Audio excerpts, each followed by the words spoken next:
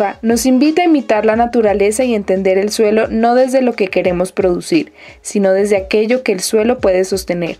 La esencia de su método nos dice reproducir las condiciones naturales tan fielmente como sea posible, de modo que el suelo se enriquece progresivamente y la calidad de los alimentos cultivados aumenta sin ningún esfuerzo añadido. Bajo esta premisa entendemos que el suelo funciona por la integralidad de sus infinitas partes. En esta ocasión lo abordaremos desde el tema de fertilidad, ya que es el aspecto que más se ha tenido en cuenta desde la visión de agricultores, técnicos y profesionales del campo. Desde la Revolución Verde y bajo los preceptos de generar grandes rendimientos en sus cosechas, se introduce la utilización de agroquímicos en los cultivos y con ellos la visión de aplicar recetas y paquetes tecnológicos, los cuales han generado grandes desequilibrios en el suelo, algunos de manera casi irreparables. La idea del suelo inerte nace del enfoque de Revolución Verde, que desvirtuó la cosmovisión ancestral del suelo como la madre que alimenta, que cría, que mantiene y da vida. La fertilidad del suelo se mide de acuerdo en qué tan equilibrado se encuentra el lugar. Para ello es clave la existencia e interacción de las 3 M's: los microorganismos, la materia orgánica y los minerales. Los microorganismos. En un suelo fértil, la fauna y la flora microbiana presentes son las encargadas de regular los procesos de intercambio entre el suelo y las plantas. Materia orgánica. Son todos los materiales y sustancias que se pueden descomponer, como raíces, organismos muertos, residuos de cosecha, resto de alimentos, los cuales contienen un buen porcentaje de carbono muy necesario para la fertilidad del suelo. La materia orgánica es el alimento de la vida del suelo, especialmente de la vida aeróbica que forman los poros, contribuyendo así a la aireación, a mejorar su estructura, reteniendo más agua y nutrientes y aumentando la capacidad de intercambio catiónico. Minerales. Provienen de la desintegración de la roca. Las rocas a su vez son agregados minerales, que son la acumulación de elementos químicos como el carbón, el silicio, el hierro, el potasio, el fósforo, el boro. Los suelos tropicales contienen muchos minerales. Existen también rocas compuestas de un solo mineral o de muchos.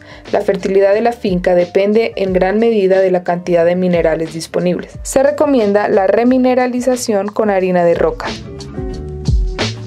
Por lo tanto, el suelo es una formación natural que resulta de la acción combinada de factores climáticos, como la temperatura, la humedad, la lluvia, y de los seres vivos como microorganismos, animales y plantas, sobre la superficie de una roca.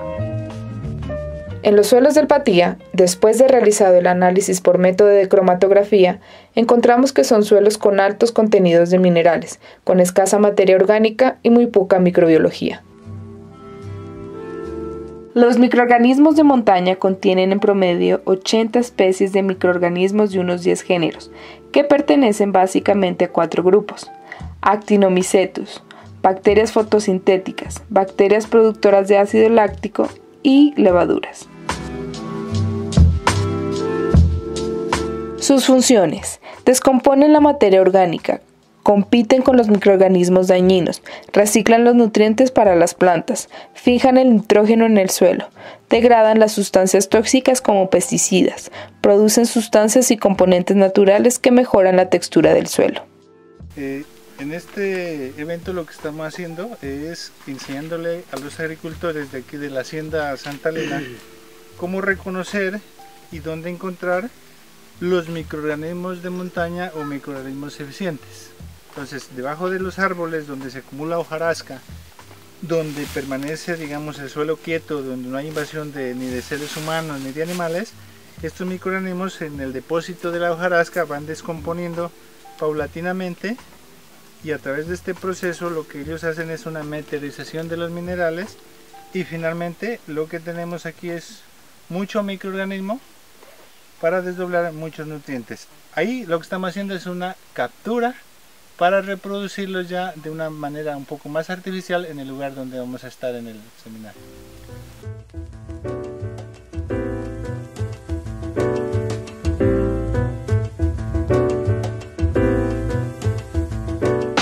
Los microorganismos se conservan en una fase sólida y se utilizan en una fase líquida a lo largo de las necesidades de la finca. Para la fase sólida necesitamos un inóculo de microorganismos, un carbohidrato como sustancia y energía, un azúcar como energía.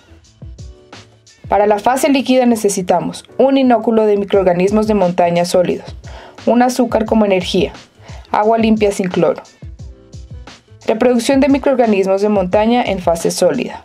Los insumos: un tanque de 100 litros con tapa hermética, sustrato de montaña, 2 sacos, harina o afrecho de trigo, maíz, haba, arroz, 1 saco y melaza, 1 galón. Mezclamos el sustrato de bosque con microorganismos de montaña y la harina que se utiliza como sustrato. Mojar la mezcla con la melaza removiendo constantemente hasta que la mezcla llegue al punto de la prueba del puño. Se coloca la mezcla preparada en el recipiente de 100 litros, apisionando bien hasta llenarlo. La finalidad de apisionar la mezcla es sacar todo el aire del recipiente, pues de esa manera se crean las condiciones para la reproducción anaeróbica de los microorganismos. Luego cerrar herméticamente y dejar fermentar bajo sombra. Después de 30 a 35 días se puede activar en fase líquida. Los microorganismos en estas condiciones se pueden mantener durante más de 1 año. Reproducción de microorganismos de montaña en fase líquida.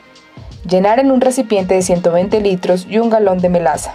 Preparar un costal tipo malla o tul con 4 kilos de microorganismos de montaña sólido y colocarlo en el costal o tul. Mantener el recipiente bajo sombra. Es clave tener en cuenta que a los 4 días se desarrollan hongos, a los 8 días las bacterias y entre 15 a 25 días las levaduras.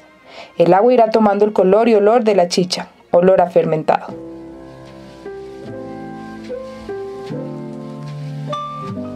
Aplicación del microorganismo de montaña líquido en el campo. Aplicar semanalmente el microorganismo de montaña líquido al suelo o en forma foliar como controlador de enfermedades y plagas para activar los procesos de transformación del suelo. Aplicar con regadera o bomba a razón de 1 litro de microorganismos de montaña líquido por 20 litros de agua. Se recomienda no hacerlo en días muy soleados y experimentar la dosis según particularidades del suelo. Es fundamental comprender que el suelo, ese suelo que nos da la producción de nuestros alimentos, es un ser vivo, pero no solamente quedarnos en mencionar que es un ser vivo, sino entender que ese suelo, ese ser vivo, está compuesto de minerales, está compuesto de materia orgánica y está compuesto de macro y microorganismos. Lo hemos trabajado dentro de esta escuela porque la mayoría de suelos, en un 90% de los suelos, de todos los sistemas productivos pequeños, grandes, medianos que existen en el Patía, están contaminados por el gran uso de agrotóxicos, por el gran uso de venenos y por el uso de maquinaria como tractores, que en estos suelos ya se mira que están compactados, que son suelos que están descubiertos, que no hay protección, que no hay coberturas verdes, que no hay barreras vivas, ¿sí? Que son suelos que están completamente desprotegidos y entonces son propensos a perder su humedad y por lo tanto al perder la humedad pierden su fertilidad natural, la cual es producto de que tengan sus microorganismos y su relación con los minerales y con la materia orgánica que hay allí. No tenía el conocimiento de cómo se preparaban estos abonos orgánicos que nos van a servir mucho porque nosotros en nuestros cultivos necesitamos que no volver como este tiempo que estamos con abonos químicos y eso, sino que producir el nuevo abono orgánico y tener muchos mejores productos más sanos para nuestra salud. Qué bueno. Y si usted había dado las 3 floraciones, vea, me diría, y usted compare esto químico, orgánico, y vamos a ver aquí con un lotecito que tiene. Mira, yo he sido un innovador, ¿no? De todo lo que yo he mirado, he ido innovando y poco a poco es como se dice. He dado la parte teórica y la parte práctica.